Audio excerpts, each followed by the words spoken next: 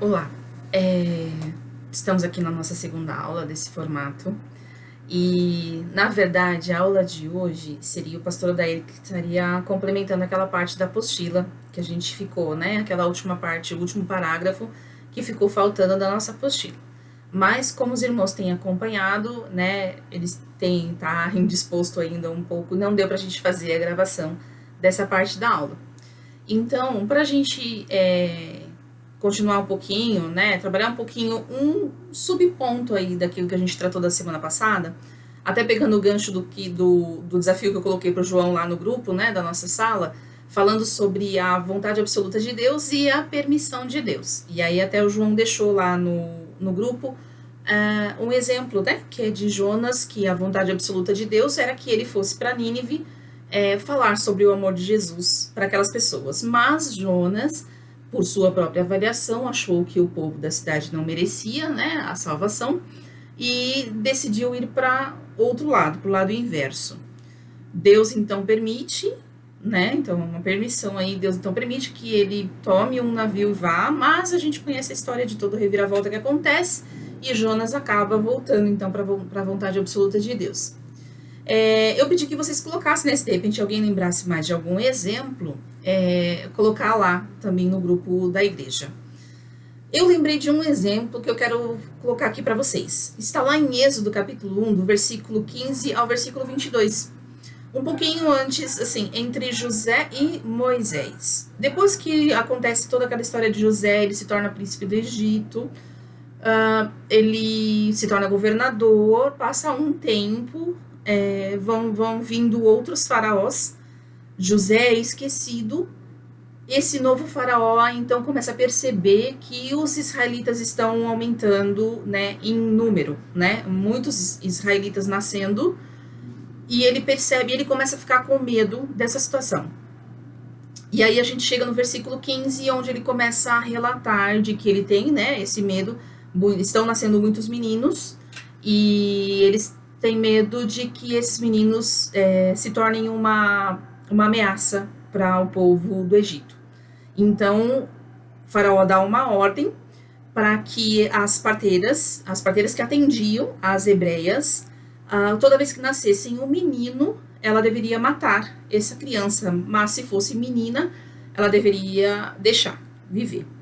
E assim era para acontecer. Mas o que a gente vê é que as duas personagens dessa história, as duas parteiras, né, que receberam essa ordem de faraó, elas decidem não fazer. E aí tá a questão, né, que eu quero colocar aqui um exemplo de vontade absoluta de Deus e permissão de Deus. Por quê? Aqui a gente vai ver que quando a gente lê, depois vocês podem pegar o texto lá, em Êxodo 1, do 15 ao 22, vocês vão perceber que elas acabam mentindo, né, ou ocultando, mudando uma informação para Faraó para poder salvar esses meninos, né? Então entra aí a questão da mentira, né? Uma mentira foi contada para salvar os meninos lá do povo hebreu. Aí a gente fica pensando, né? Olha o nó na cabeça. Mentira. A gente aprende, existem vários, eu até separei aqui vários versículos que falam que nós não devemos mentir em nenhuma circunstância, em nenhuma situação. Então, por exemplo, eu separei alguns versículos aqui. Portanto, cada um de vocês deve abandonar a mentira e falar a verdade ao seu próximo, pois todos somos membros de um mesmo corpo. Efésios 4, 25. Os 10 mandamentos. Não dará falso testemunho contra o teu próximo. Êxodo 20, 16. O Senhor odeia os lábios dos mentirosos, mas deleita com os que falam a verdade. Provérbios 12, 22. Deixa eu achar aqui. Tem alguns textos mais conhecidos, outros menos, né? Tem um texto que fala que o diabo é o pai da mentira. Deixa eu ver se eu tinha separado aqui. Não estou achando aqui agora.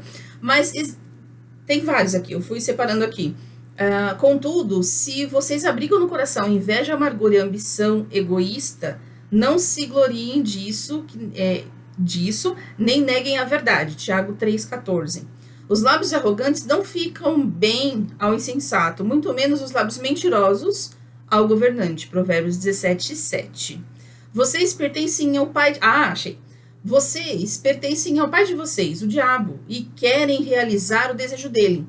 Ele foi homicida desde o princípio e não se apegou à verdade, pois não há verdade nele. Quando mente, fala a sua própria língua, pois é mentiroso e pai da mentira, tá? Em João 8,44. E aí, gente, tem vários textos que vai, então, fixar essa questão de que nós não devemos mentir, em circunstância nenhuma. Aí a gente olha para Êxodo 1 e fala, elas mentiram. E aí? Como é que eu entendo essa diferença, né? Como é que eu entendo essa situação?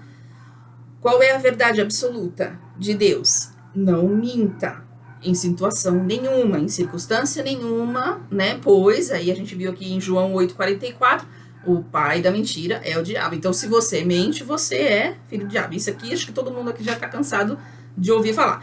Mas a gente vai lá na história, e o que aquelas parteiras fizeram? Quando elas foram questionadas em relação aos bebês. Porque chegou uma hora que o faraó, ele percebeu que os nenês continuavam nascendo e os meninos continuavam vivos. Tá acontecendo alguma coisa. E aí, mulheres, o que foi que aconteceu? Por que elas estão... Por que tá tendo um monte de menino aqui? O povo hebreu continua tendo muitos meninos. Tá nascendo muitos meninos. E elas respondem, então, a faraó, olha, quando essas mulheres têm partos muito rápidos, e aí quando a gente chega lá, o neném já nasceu, então a gente não tá conseguindo fazer o que o Senhor mandou. Mas a gente sabe que isso não era a verdade. Elas tomaram uma decisão, e aí tá a diferença.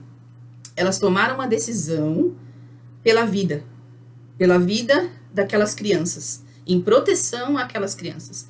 E aí, então, tanto que no último versículo, acho que no 22, a gente tem a aprovação de Deus em relação a essa atitude delas, onde fala que Deus abençoou-as de uma forma em que elas tiveram sua própria família, e essa família foi abençoada. Então, aqui, logo que a gente começou de manhã hoje falando sobre essa questão de permissão, vontade absoluta e permissão, foi a primeira história que me veio, foi essa história, né, das parteiras do Egito, onde a gente vê claramente a diferença, assim, que por uma exceção, por uma situação específica, inclusive que colocava nessa questão da proteção da vida, você tem uma permissão de Deus para, no caso aqui, de uma mentira, né? E é isso que, esse é um outro exemplo que eu queria dar, e é muito legal a gente pensar nessa questão, né? Entender essa questão da vontade absoluta de Deus e a permissão de Deus, porque isso vai fazer parte da nossa vida, não só nessa questão da família, do relacionamento como casal, mas para muitas coisas. Então, para o trabalho, para minha vida profissional, para minha vida acadêmica, para minha vida em família, né? Não só como marido, como esposa, mas como filhos, como tio, como, né, o que for. Na minha vida em sociedade, onde eu me envolver, e de repente vai ter um momento em que eu vou passar por uma situação em que eu vou ter que fazer certas escolhas, né? E muito importante, enquanto for fazer essas escolhas, é justamente buscar saber, né, quando é uma vontade absoluta de Deus ou quando acontece uma situação em que eu tenho a permissão de Deus para uma determinada situação. E até onde é permissão de Deus, até onde é minha vontade, porque tem isso também, a gente pode confundir. Ah, Deus está permitindo que eu faça isso. Calma, está permitindo mesmo ou não? É a minha vontade e eu estou colocando Deus para tirar a culpa de cima de mim. Então, é uma outra coisa que a gente tem que saber diferenciar. Qual é a vontade, primeiro de tudo, qual é a vontade absoluta de Deus? Quando eu estou numa situação, qual é a vontade absoluta de Deus? Muito bem. Aí, existe uma situação, eu preciso tomar uma decisão. Eu tenho permissão de Deus para fazer alguma coisa que vá indiferente da sua vontade absoluta? Eu tenho essa permissão? Não tenho. Por quê? Por qual o motivo? Qual é a razão em que eu devo me comportar dessa forma se eu sei que é contra a vontade absoluta de Deus? Então, tá aí uma situação que a gente tem que parar e pensar bastante, né? Principalmente quando você se der aí de frente com uma situação em que você tem que tomar uma decisão, né? Qual é a vontade absoluta de Deus? E eu tenho permissão de Deus para tomar determinadas atitudes, tomar determinadas posições?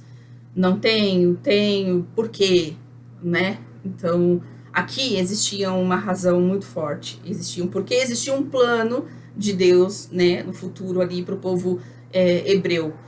Então, da mesma forma que aqui, a gente pode fazer essa análise na nossa vida, em qualquer área da nossa vida, em qualquer momento em que nós nos depararmos numa situação em que eu preciso tomar uma decisão, eu preciso, então, fazer esses mesmos questionamentos para poder chegar numa boa decisão, né, do que eu vou fazer e o que eu não vou. Esse é o comentário, eu gostaria, vocês vão ver que hoje está bem curto. Eu vou deixar uma outra atividade para vocês, como a gente está trabalhando na questão da ética, eu vou colocar no grupo um pequeno texto, é uma historinha que chama o caso da ponte. Eu não sei quantos já viram essa dinâmica, se vocês já fizeram. Eu achei muito legal, eu fiz quando eu fiz na matéria de ética profissional na pós-graduação, o professor passou pra gente essa dinâmica e eu quero passar para vocês. Ela é a seguinte, é uma historinha, né, onde você tem 6 personagens, que é o João, a Maria, o Paulo, o amigo, o barqueiro e o bandido. Vocês vão ler essa história e vocês vão colocar para mim lá no grupo uma classificação. Então, do primeiro ao 6º, sendo que o primeiro é o mais antiético, vamos dizer assim, o que teve o pior comportamento, e aí você vai indo gradativamente até o 6º, que é o que foi mais ético, ou que teve um comportamento melhor. Observem cada personagem, cada situação e por quê, né? Lembrando que, de repente, eu vou perguntar, mas por que você acha que o primeiro lugar foi esse aqui? Foi esse personagem? Por que você acha que ele foi o menos ético? Né? Ou o último, o 6º lá, por que você acha que esse personagem foi o mais ético? Ou que teve menos culpa na situação aqui, né? Ou que teve um melhor comportamento? Pense por trás de cada história, tá? Então, eu vou colocar o texto lá, o caso da ponte. Vocês pode ver que tá em destaque os 6 personagens. E vocês vão colocar para mim no grupo de 1 a 6. Sendo que 1 é o maior culpado, ou menos ético, até o 6º, que é o mais ético ou menos culpado na história, tá bom? E aí, depois que vocês mandarem a classificação de vocês, a gente vai fazer uma análise dessa dinâmica aí em relação ao comportamento ético no nosso dia a dia, tá bom? A gente fica assim por hoje e eu vou colocar o texto e eu espero as respostas de vocês. Então, na classificação, tá bem fácil, gente. Classificação do 1 ao 6º personagem. Nem precisa, se você quiser comentar, beleza. Mas se não, só coloca pra mim. 1, fulano. 2, fulano. 3, fulano. E aí a gente faz uma comparação sobre as ideias de vocês e a gente conversa um pouquinho sobre essa dinâmica, tá bom? Obrigado, gente, e até a próxima.